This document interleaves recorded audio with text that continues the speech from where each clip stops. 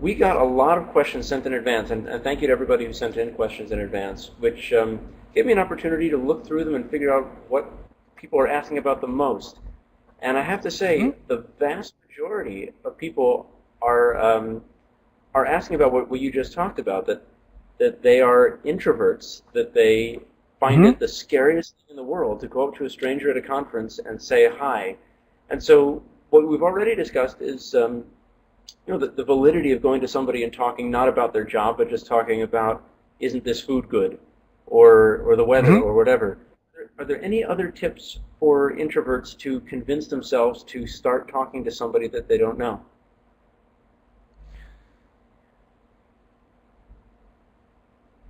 Yes, and that starts with a little soul research, which is, why am I doing what I'm doing? And is this enough cause, this reason for my existence? And I'm going deeply philosophical here now, I understand. So you have to start with your own why. Why do I want to achieve what I want to achieve? The second part would be, again, to make it light. You know, it's not about finding the love of your life, it's about having a chat with somebody. So start practicing with having a chat in your own usual environment. You know, have a cup of coffee with somebody that you not always have a cup of coffee with. You know, just practice the art of meeting up with people. And you just go there and you say, for instance, you know, I have attended this webinar and they wanted me to ask goals, obstacles, passions, and I would like to have some questions about that. And you just take it as homework from this webinar. So you give yourself an assignment to test it, but you test it small time. Somebody you know or somebody you know a little, like your neighbors, like somebody in the lab next to your lab. You just go in and ask and test and see how this works, because it is imperative that you find your own style here. You know, the style that works for you. You have these really extrovert people, going out people, and if you're not that, you're not that. That's okay, but you will have your own style. And unless you live in a cave, you are capable of communication with other people. So build it up step by step by opening up in the world that you do know, with the friends that you do have, and just take it one step from there, either through science, through your main thing, or through very simple topics that you can see being there. So I've put up the slide with some material that will help you in finding the reason why you are there and finding your cause, if you like. Have some body language tools that will help you to release the stress and open up. And here have some thoughts about ways of starting a conversation. They are just tools that you can apply. Okay. This is a completely different topic, and it's not one that I would have thought would have been one of the most germane to networking, but so many people have asked this that I have to ask. There are a lot of people asking about, what do you do regarding age discrimination? People who are later in their careers. When you think of networking, you think of someone, as we showed in our demonstration, at the beginning of their career trying to find a job with someone who's had a job for 30 years.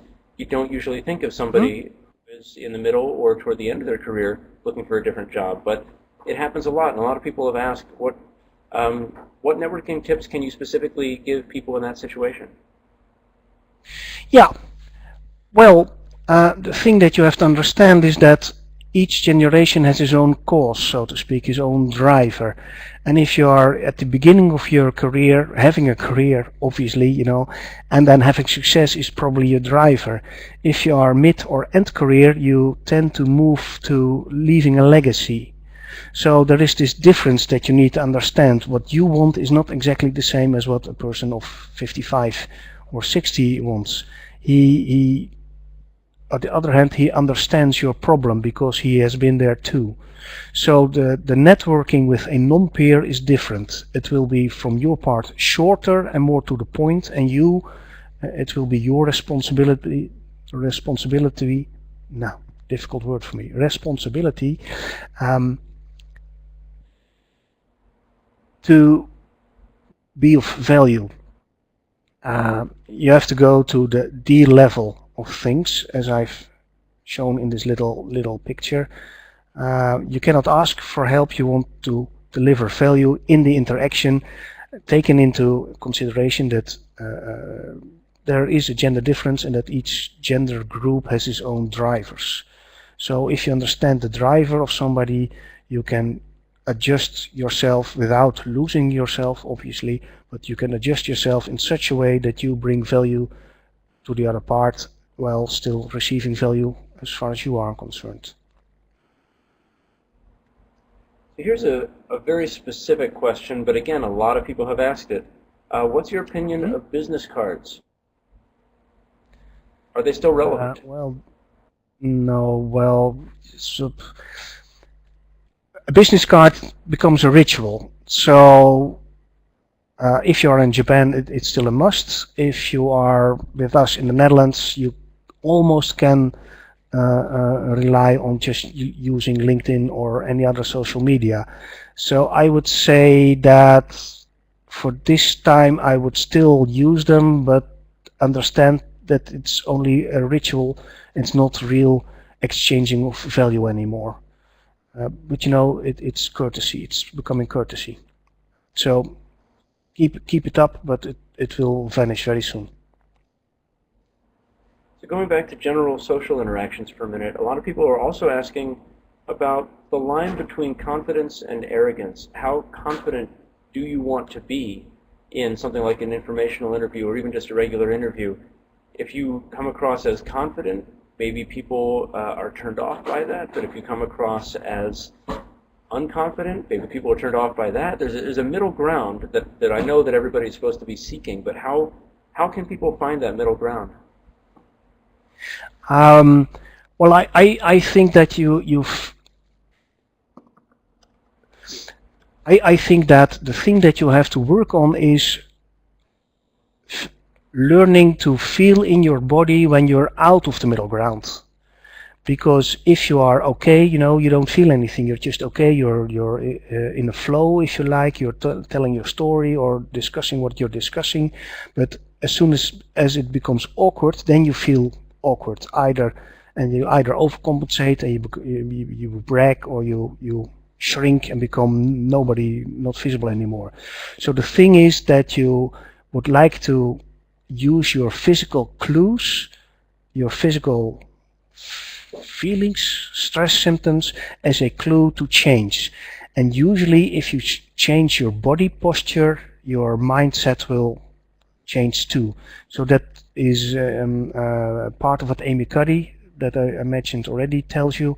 Your body will influence your mind. So as soon as you feel awkward, then it's time to change something. And something usually is in your posture.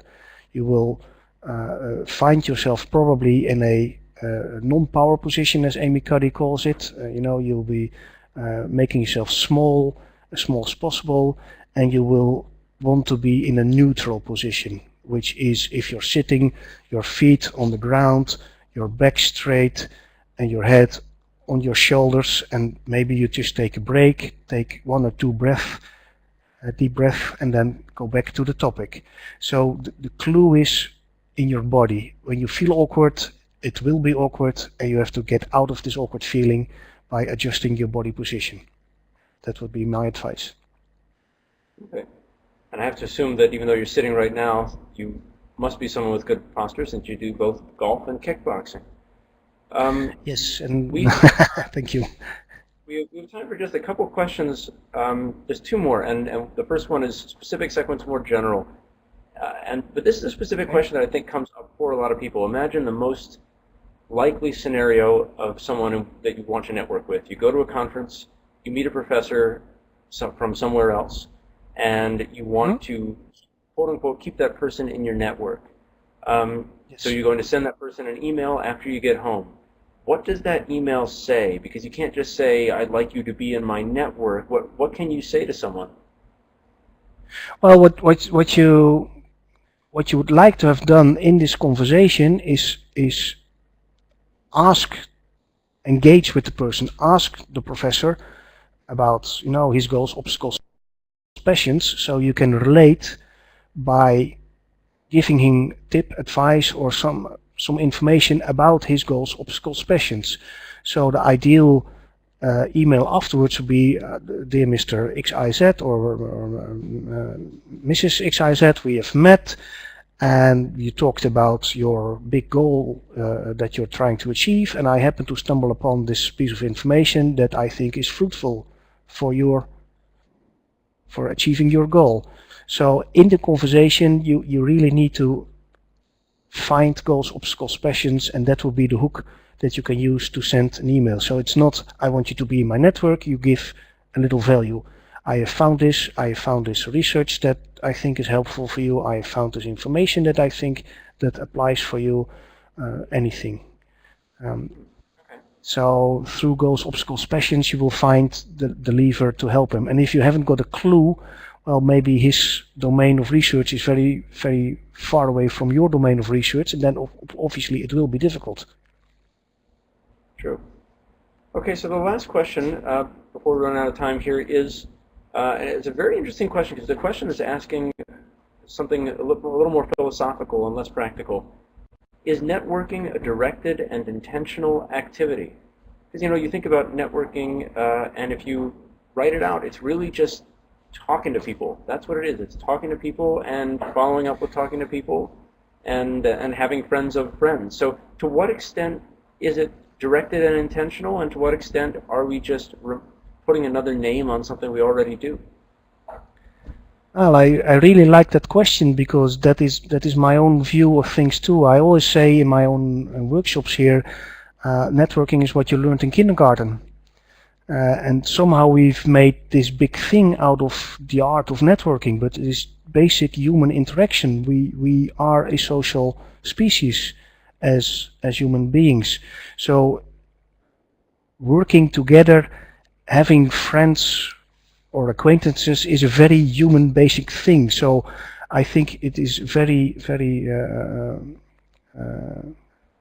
very good point that if you would leave out the stress and all the goals, the pressure of achieving all these goals, then it would be just normal interacting with people that you like, and then that is networking. You interact with people that you like. That's it. You as long as you don't freeze, you are networking. So yes, I truly agree. Networking is very basic human skill and a process that we do, and we've made it a big thing, which is good because I do webinars of them, but it is just basic human interaction. Great. Definitely. Well, so if you oh yes, go ahead. Well, if you can leave out all the fuss and the difficult stuff, it flows naturally. That's true, and that's I guess the point. That's what everyone's trying to get to, the point where it does flow as naturally as ordinary conversation, to the extent that ordinary conversation flows naturally. Unfortunately, we are out of time. Let me thank Dick Van Vleuten for sharing what he knows about networking with you today, and thank you too to our audience for your participation and your questions. Sorry, as always, that we couldn't get to all of them. I assure you they will not go to waste, as we plan to use them to help us select topics for future career webinars. This webinar will be archived for viewing again at membercentral.AAAS.org. Please visit the site for more information on past and future webinars, and follow us on Twitter at #AAASwebinar. Our AAAS Career Webinar series will be back in 2015. We are planning to cover the following topics: consulting, data science, tech startups, and jobs for U.S. citizens overseas and jobs for internationals here in the U.S. Those should be very interesting. Please keep an eye out for those, and more coming soon. For AAAS, I'm Adam Rubin. Have a good day.